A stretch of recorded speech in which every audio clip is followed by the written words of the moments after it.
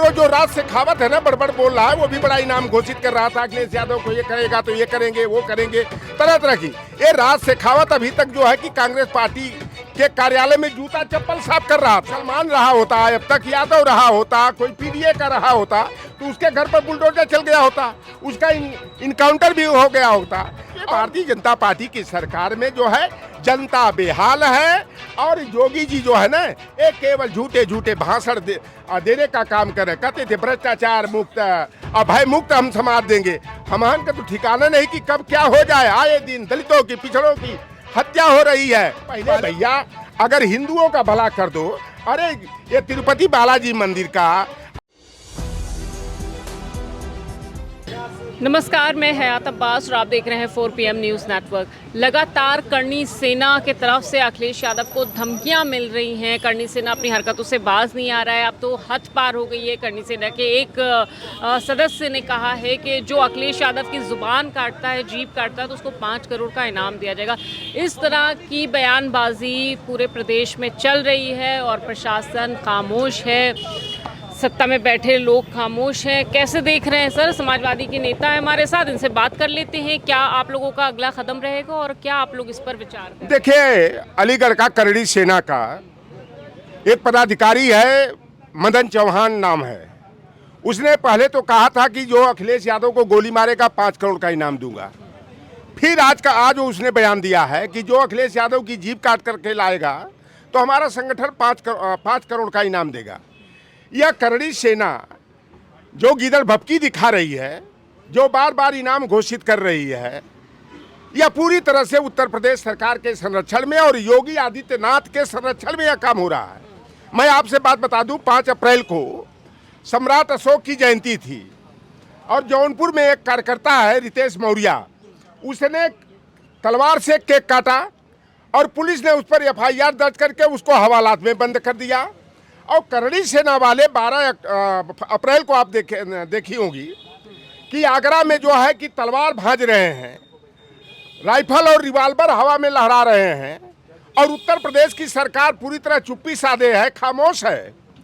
इससे साफ हो जाता है कि करणी सेना को भारतीय जनता पार्टी का और योगी आदित्यनाथ का संरक्षण प्राप्त है। एक कहावत हमारे यहाँ कही जाती है, सैया भये कोतवाल अब डर काहे का। तो भैया योगी आदित्यनाथ जी अपने को छत्री कुल में पैदा होने पर गर्व महसूस करते हैं, तो उनके बिरादरी वाले तो घमंड करबे करेंगे। और ये करणी सेना जो है पूरे राजपूत और छत्री समाज से संबंधित नहीं है। ये ऐसे टपोरी किस्म के हैं, लुच्चे लफंगे हैं, दलाली करने वाले हैं। और इसका उदय जो हुआ राजस्थान में हुआ और गुजरात बगल में है, गुजरात में दारूबंदी है और राजस्थान में ये कच्ची दारू की तस्करी करने वाले ये माफिया रहे हैं। और 2 जाट लोगों ने 2 तस्करी करने वाले राजपूतों को मौत के घाट उतार दिया। तो ये अपने को जो है कि संरक्षण देने के लिए करणी सेना बनाए। और वो जो राज शेखावत है ना, बड़बड़ बोल रहा है, वो भी बड़ा इनाम घोषित कर रहा था अखिलेश यादव को, ये करेगा तो ये करेंगे, वो करेंगे, तरह तरह की। ये राज शेखावत अभी तक जो है कि कांग्रेस पार्टी के कार्यालय में जूता चप्पल साफ कर रहा था, आज करणी सेना का मुखिया बना हुआ है। और अब भारतीय जनता पार्टी में अपना नंबर बढ़ाने के लिए इस तरह की बात कर रहे हैं। भाई देखो, अखिलेश यादव को धमकी देना, इनकी तरफ जो आंख भी उठा के देखेगा ना तो अखियाँ निकाल लिया जाएगा। अब यही तो ये लड़ाई जो करणी सेना जो सरकार का संरक्षण प्राप्त करके कर रही है, मैं तो कहता हूँ योगी आदित्यनाथ छूट दे दे, हम लोगों पर भी FIR दर्ज नहीं होगा। अगर अभी यहाँ पे कोई मुस्लिम या दूसरा समुदाय का लोग होते तो क्या होता उनके साथ? आपसे मैं बताया ना कि सम्राट अशोक की जयंती पर एक हमारा कार्यकर्ता जो पिछड़ी जाति का है रितेश मौर्य, और उसने जो है कि केक को तलवार से काट दिया तो FIR दर्ज हो गया, उसे हवाला चलान कर दिया गया। तो अगर मुसलमान रहा होता, अब तक यादव रहा होता, कोई पीडीए का रहा होता तो उसके घर पर बुलडोजर चल गया होता, उसका इनकाउंटर भी हो गया होता। और उत्तर प्रदेश की सरकार चुप्पी साध कर पूरी तरह से करणी सेना वालों का मन बढ़ाने का काम कर रही है। और जिस दिन एकलव्य सेना और नारायणी सेना निकल जाएगी ना, ये करणी भरणी सेना जो है ना, ये मरणी सेना बन जाएगी। इनको भागने का भी ठौर नहीं मिलेगा। मैं बता दूं, पृथ्वीराज चौहान का 17 बार मोहम्मद गोरी से युद्ध होता है और अगर निषाद उसके साथ नहीं रहते पृथ्वीराज चौहान के, तो पृथ्वीराज चौहान जो है मोहम्मद गोरी का सामना नहीं कर पाते। वह आगरा में आप देखी होगी कि हमारे निषाद आर्मी के लोग, निषाद सेना के लोग, कट्टर निषाद लाठी डंडा ले करके करणी सेना और गीदड़ सिंह राणा जो फूलन देवी का हत्यारा है, अब कहता कि फूलन देवी की हत्या मैं नहीं किया हूं, पहले मीडिया में प्रेस कॉन्फ्रेंस करके कहा कि मैं बेहमई का बदला लिया हूं। तो मैं बता दूं कि मोहम्मद गोरी की सेना आगरा से आगे नहीं बढ़ पाती थी।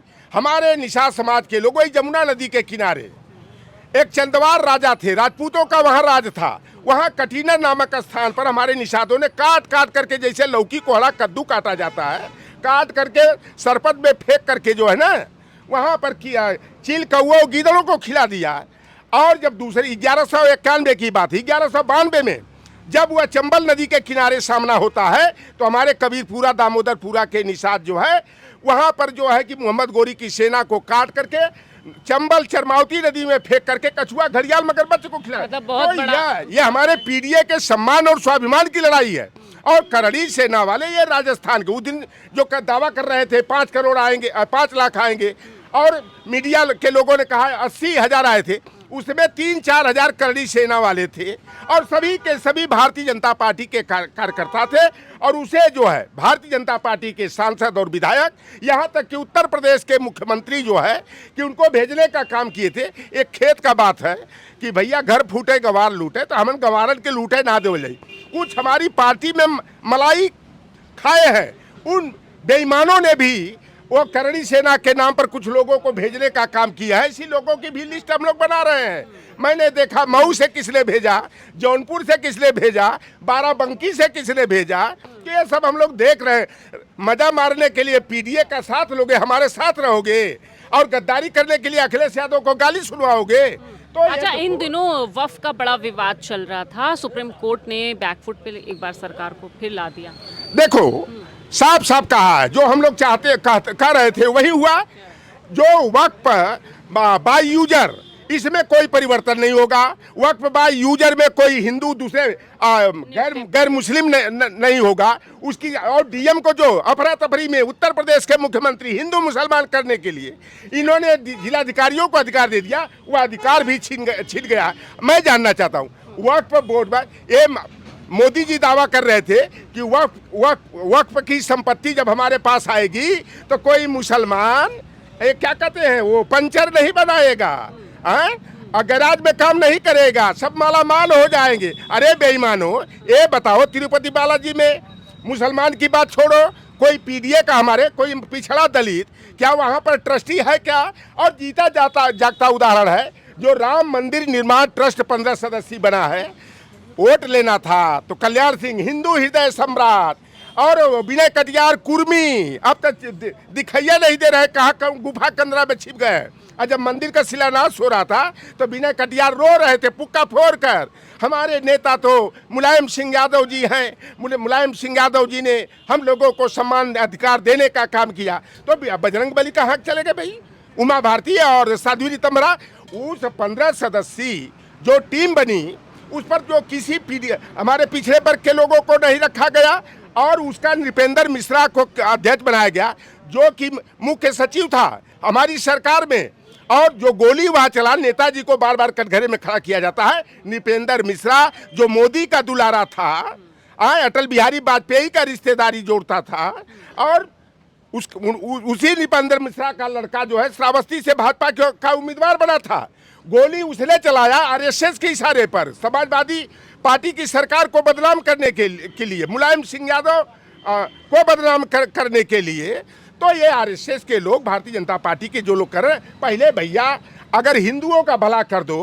अरे ये तिरुपति बालाजी मंदिर का और जो ना तो ना बम्बई वाला मंदिर, जो ना गणेश जी लंबोदर वाला मंदिर, विनायक सिद्धि विनायक मंदिर है, ये जो है कि महाकालेश्वर मंदिर है, त्रावणकोर का मंदिर है, मदुरई का मंदिर है, ये मंदिरिया और साईं बाबा का मंदिर है, वैष्णो देवी का मंदिर है। वहाँ का चढ़ावा, वहाँ का सोना अगर हमारे पिछड़ों में बांट दिया जाए, दलित आदिवासियों में बांट दिया जाए, तो पूरा हमारा समाज माला माल हो जाए। आपने अरे पिछड़ों तो की- हिंदू विरोधी है ना, तो मुसलमानों का भला चाह रहे, हिंदुओं का भला नहीं चाह रहे हैं। आपने हिंदू दलित की बात की, दलित लड़की के साथ किस तरह से अपराध हुआ है, बलात्कार कर दिया गया है, मंदबुद्धि बच्ची थी जिसके साथ इतना जघन्य अपराध किया गया, और योगी आदित्यनाथ कहते हैं कि बेटियां बड़े सुरक्षित हैं। एक तरफ भारतीय जनता पार्टी वाले दावे करते हैं पढ़े बेटियां बढ़े बेटियां, और क्या कहते थे देश के गृह मंत्री अमित शाह कि गहना से लद कर कोई लड़की 12 बजे रात को भी घूमेगी तो कोई उसकी तरफ निगाह नहीं घुमा के देखेगा। आप बताओ कि कासगंज वाली घटना आप देख लो, अपने मंगेतर के साथ वह लड़की बेचारी जाती है, 8 दरिंदे, अखिलेश प्रताप सिंह, अगर कोई यादव रहा होता तो इनकाउंटर हो गया होता, कोई मुसलमान रहा होता तो घर पर बुलडोजर चल गया होता। आप कह रहे जाति अखिलेश के प्रताप सिंह ये आठों मिलकर योगी आदित्यनाथ के बिरादरी के उस लड़की का बलात्कार करते हैं। विश्व में चर्चित विश्वविद्यालय हमारा काशी हिंदू विश्वविद्यालय है, बीजेपी आईटी सेल वाले एक जो है कि BHU IT की सेकेंड ईयर की छात्रा के साथ दरिंदगी करते हैं और जेल में जाते हैं, और जब रिहाई होती है ये भारतीय जनता पार्टी वाले ये क्या केक काटते हैं, माला फूल पहना के स्वागत करते हैं। और कौन वो बानो थी साहबान वहाँ गुजरात वाली, जिसके साथ 11 दरिंदों ने बताओ गर्भावस्था में जो है इज्जत आबरू लूटने का काम किया, और जब जेल से बाहर आए तो यह क्या कहे कि ब्राह्मण समाज तो पूजनीय होता है और माला फूल पहना करके स्वागत इन्होंने किया। अभी एक दरोगा लड़की का पहले अपहरण हुआ था यही चिल्हट थाना में, BBD थाना में। पहले वह पुष्पेंद्र पाठक जो है हरिया वाला, पहले जो है कि उठा कर ले गया रात भर, ना पता उसके साथ क्या क्या हुआ, अब वो लड़की जानती है, वो कमरे के अंदर की बात है। फिर अभी 2 दिन पहले फिर वही पुष्पेंद्र पाठक उस लड़की को उठा कर ले जाता है और रात भर रखता है और कहता है कि जो मुकदमा की वो मुकदमा वापस कर दो। तो ये भारतीय जनता पार्टी की सरकार में जो है जनता बेहाल है, और योगी जी जो है ना एक केवल झूठे झूठे भाषण देने का काम कर रहे। कहते थे भ्रष्टाचार मुक्त अभय मुक्त हम समाज देंगे, हमान का तो ठिकाना नहीं कि कब क्या हो जाए। आए दिन दलितों की पिछड़ों की हत्या हो रही है। पहले तो नंबर लगाया यादव और मुसलमान पर, फिर लगाया निषाद पर, कुर्मी पर, वर्मा पर, शर्मा पर।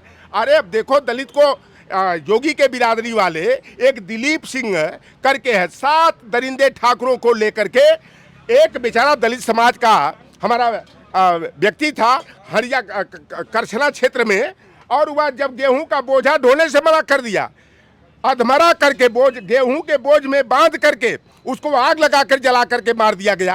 यही बाराबंकी में दलित को जो है कि मार डाला गया। 1-2 है, अरे अब तो ब्राह्मण पर भी नंबर लग गया है। आप देखो बस्ती में आशीष उपाध्याय की हत्या इन लोगों ने कर दिया। राघवेंद्र वाजपेयी पत्रकार जो थे भंडाफोड़ करते थे, राघवेंद्र वाजपेयी को मार दिया। फतेहपुर में एक ब्राह्मण पत्रकार की हत्या कर दिया भाजपा के पदाधिकारी ने। हमीरपुर में तो ब्राह्मण पत्रकारों को पेशाब तक पिला दिया। अब बनारस वाले मिश्रा जी जब वो आवाज़ उठाते थे PDA की और भारतीय जनता पार्टी की कलई खोलते थे, तो मिश्रा जी के साथ क्या हुआ बताओ। देखो सीधे मुकदमा होना चाहिए था अनुराग मिश्रा पर, और एक और कौन उपाध्याय था, उल्टे जो है पुलिस ने जो है कि इनको 307 का मुजरिम बना करके इनको हवालात में बंद कर दिया। तो ये भारतीय जनता पार्टी पूरी तरह से संविधान का गला घोट करके मनु विधान के अनुसार हमारे PDA के लोगों में दहशत पैदा करने का, डराने का, धमकाने का, हत्या करने और कराने का काम कर रही है। तो ये भारतीय जनता पार्टी पूरी तरह से योगी आदित्यनाथ के संरक्षण में समाज को भयभीत किया जा रहा है, डराया जा रहा है, धमकाया जा रहा है, और हमारे PDA के लोग अखिलेश यादव के आदेश का केवल इंतजार कर रहे हैं। जिस दिन अखिलेश यादव जी केवल इशारा कर देंगे तो ये नारायणी सेना, एकलव्य सेना मिलकर के दौड़ा के इनको जो है मारेंगे, इतने कि गिनेंगे नहीं। कहा जाता है ना ये हीरा मारा ना लेकिन गिने ना, तो वही हाल हो जाएगी करनी सेना का, तो पता नहीं चलेगा। बिल्कुल देखिए, खुलेआम उत्तर प्रदेश का ये अंजाम हो गया है कि खुलेआम धमकी दी जा रही है। पूर्व मुख्यमंत्री को किस तरह से धमकाया जा रहा है, साफ पता चल रहा है कि कितना अपराध बढ़ चुका है। और जो दावे कर रही है योगी सरकार के अपराध मुक्त हो गया है, तो किस तरह से आए दिन बलात्कार के, आए दिन किडनैपिंग के मामले सामने आ रहे हैं। साफ पता चल रहा है कि योगी सरकार कहीं ना कहीं फेल होती नज़र आ रही है। फिलहाल फिलहाल आपकी इस पर क्या कुछ राय है, कमेंट बॉक्स में हमें ज़रूर बताइएगा। कैमरा पर्सन सत्यनारायण के साथ मैं हयात अब्बास, OPM न्यूज़ नेटवर्क।